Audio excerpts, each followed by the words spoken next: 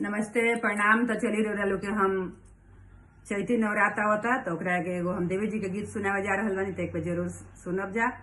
आ अच्छा लगे तो लाइक सब्सक्राइब करब जा, कमेंट करके जरूर बताइब जा कि कैसन लागल।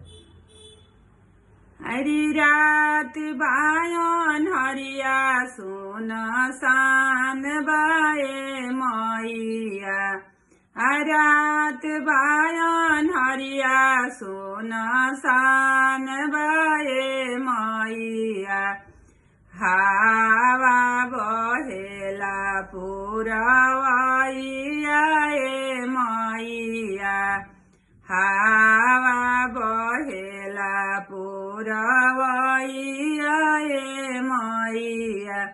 स्वामी जी के घेरल सधु समानावा ए मैया, स्वामी जी के घेरल सधु समानावा ए मैया, अपना मंदिरवा में लुकाए दए मैया।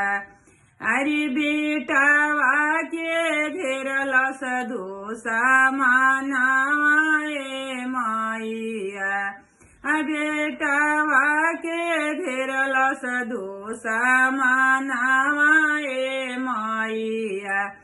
आया पनाया चरवा तर लुकाए दए मैया, आया पनाया चरवा तर लुकाए दए मैया। रात बायन हरिया सोन सान बाए मैया, रात बायन हरिया सोन सान बाए मैया। हावा बहेला पुरवैया ए मैया, आदा मादा के घेरल सधु समानावा ए मैया, आदा मादा के छेकल सधु समानावा ए मैया।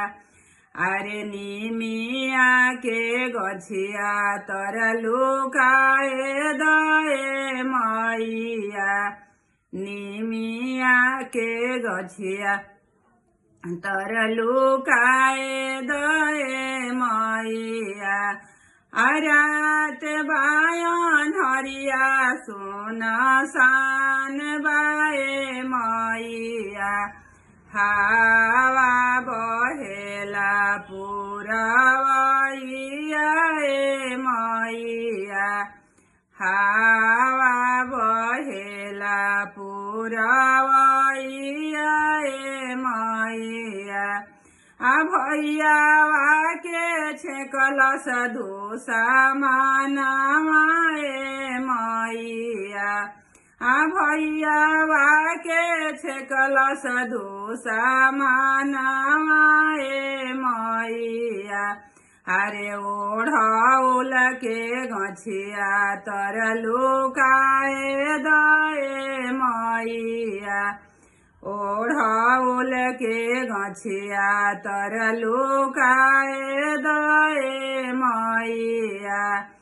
रात बायन हरिया सोन सान बाए मैया, हावा बहेला पुरवैया ए मैया। नमस्ते। एक बार जरूर सुनब जा, कमेंट करके बताइए कि कैसन लगा।